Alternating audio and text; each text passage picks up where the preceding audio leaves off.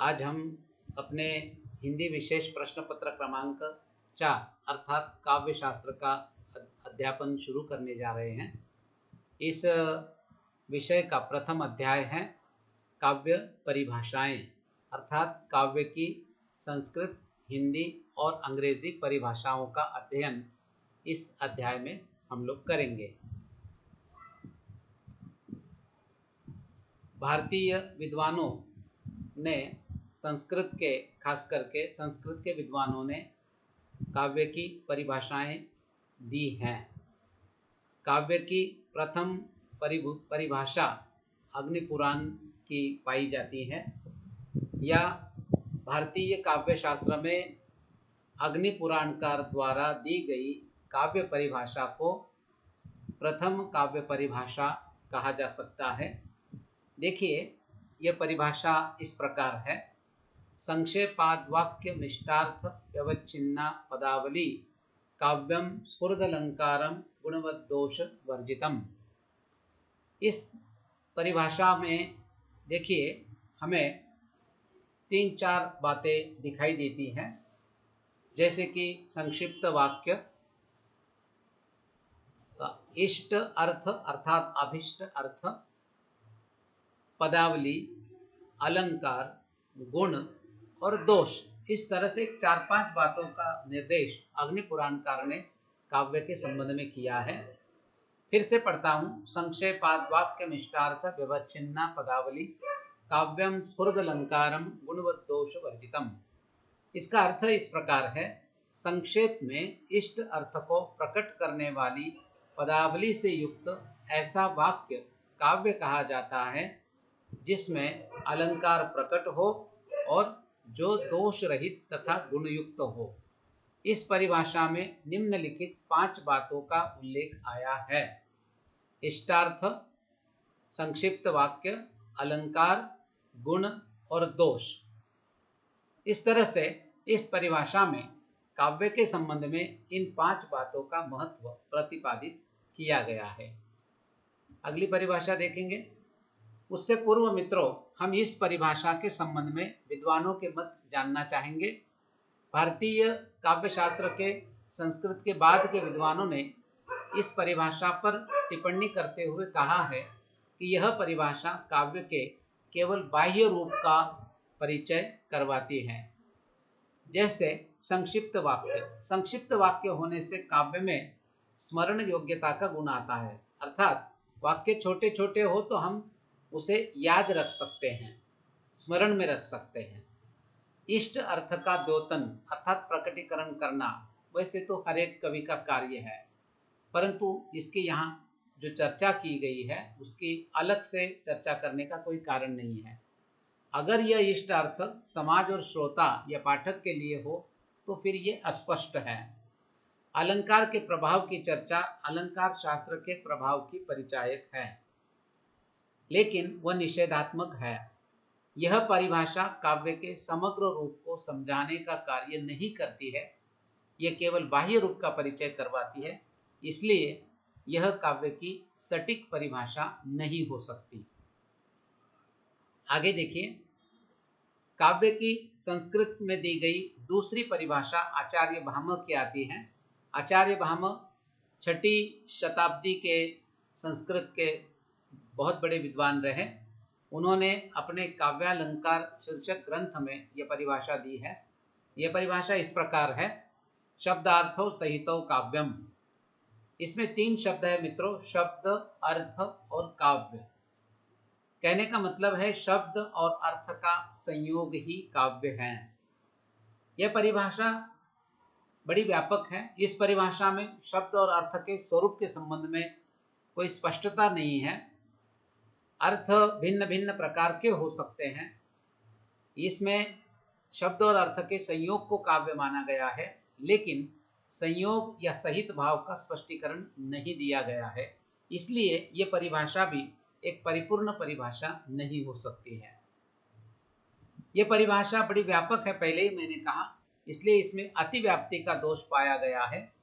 क्योंकि अतिव्याप्ति क्योंकि इस परिभाषा के घेरे में काव्य के साथ साथ शास्त्र, इतिहास, पुराण जैसे अनेक विषयों का अंतर्भाव हो जाता है। यह परिभाषा काव्य के विशिष्ट रूप को स्पष्ट करने के कारण या व्यापक रूप को स्पष्ट करने के कारण उसकी व्यापकता का परिचय मिलता है। मित्रों, काव्य की तृतीय परिभाषा आचार्य मम्मट की है। मम्मट भारतीय काव्यशास्त्र के संस्कृत के प्रख्यात विद्वान हैं। काव्य प्रकाश उनके ग्रंथ का शीर्षक है। उस ग्रंथ में उन्होंने ये परिभाषा दी है। परिभाषा इस प्रकार है, देखिए, तद दोषो शब्दार्थो सगुणावलंकृति पुनत्वापि। इसका अर्थ इस प्रकार है, काव्य का स्वरूप दोषहीन, गुणयुक्त और कभी कभी अलंकार से रहित शब्दार्थ युक्त है। क्या कहना चाहते हैं आचार्य मम्मट? आचार्य मम्मट के अनुसार इस परिभाषा में ऐसा कहा गया है कि इसमें दो विशेषताएं निषेधात्मक है काव्य की, और उसमें भी एक अनिश्चित है। आदोष का अर्थ समझ लेना आसान नहीं है, फिर भी संपूर्णतः निर्दोष वस्तु भला क्या हो सकती है? अनेक गुणों से युक्त काव्य में अगर कोई दोष निकल जाता है तो उसे हम काव्य की गरिमा से वंचित नहीं रख सकते।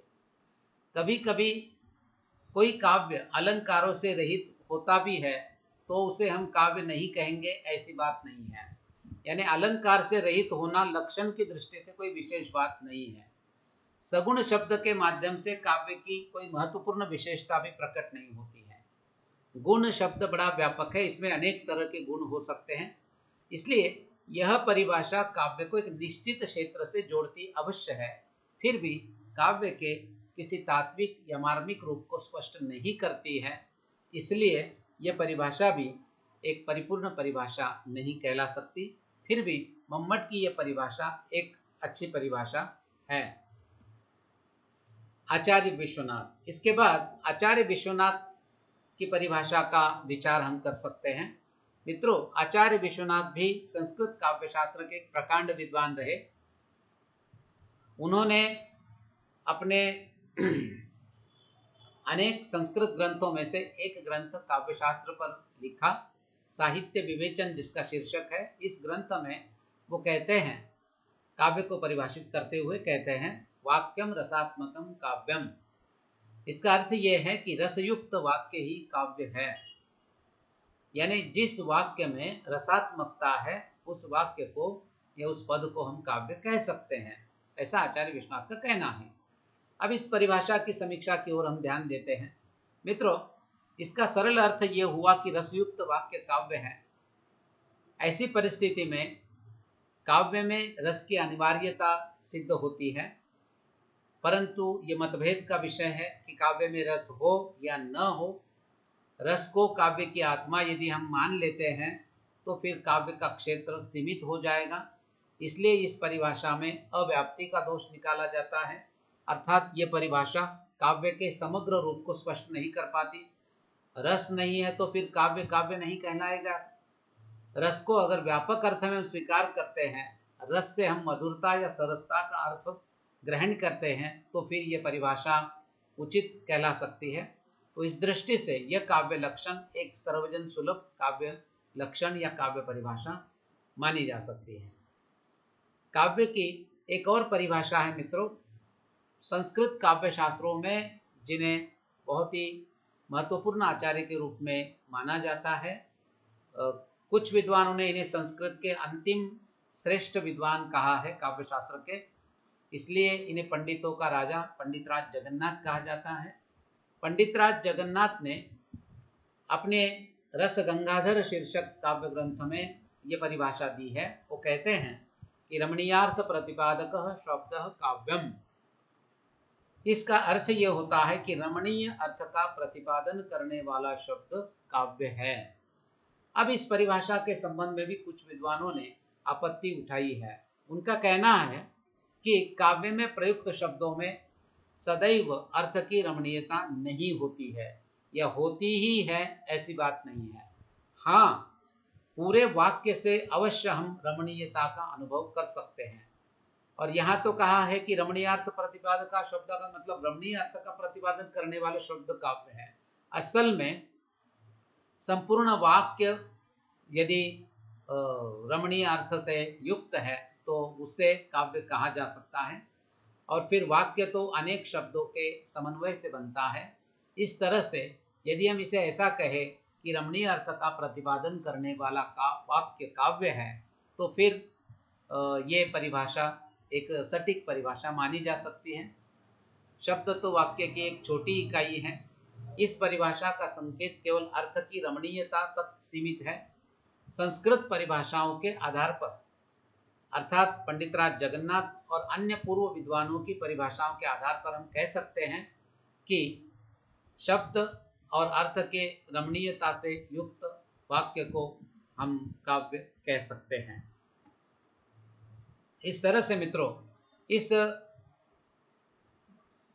चर्चा में हमने आज संस्कृत के प्रमुख विद्वानों द्वारा दी गई काव्य की कुछ महत्वपूर्ण विशेषताओं पर प्रकाश डाला। उन्हें समझने की हम चेष्टा करेंगे। ये कौन विद्वान है? भगीरथ मिश्र ने जो काव्य शास्त्र की पुस्तक लिखी है उसमें इन विद्वानों की परिभाषाओं का विवेचन हम पढ़ सकते हैं। आचार्य बलदेव उपाध्याय की भारतीय साहित्य शास्त्र